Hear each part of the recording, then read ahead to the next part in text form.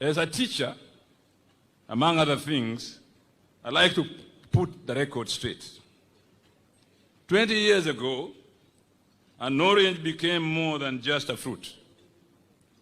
It became a symbol, the emblem of a people's defiance, the voice of a nation demanding justice, and the promise of a Kenya reborn. Out of the fire of the 2005 referendum, the Orange Democratic Movement was born.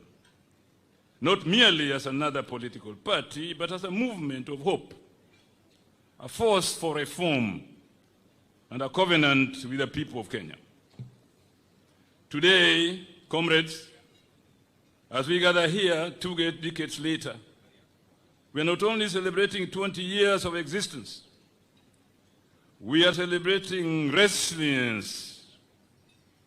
We honor the sacrifices of our founders, the courage of our supporters, and the unwavering dream of a fair, just, and prosperous Kenya. ODM at 20 is not just the story of a party. It is the story of a people who refuse to surrender their destiny.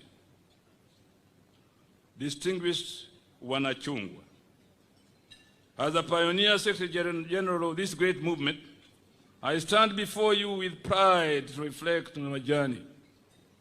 The Orange Democratic Movement was formally registered in 2005, emerging from the No campaign during the constitutional referendum of that year.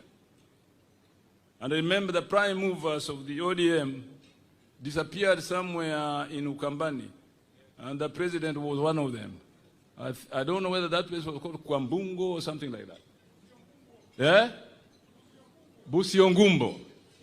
That is where we disappeared to conspire how to bring this political party to birth in a nation that was suppressed by presidential authoritarianism.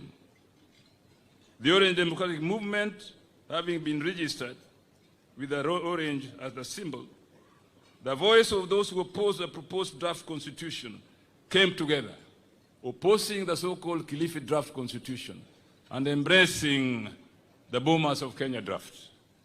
In history, you need to learn what those 2 drafts of the constitution stood for.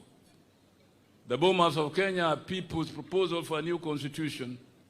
The Kilifi draft are defense for the past and a privilege for the few.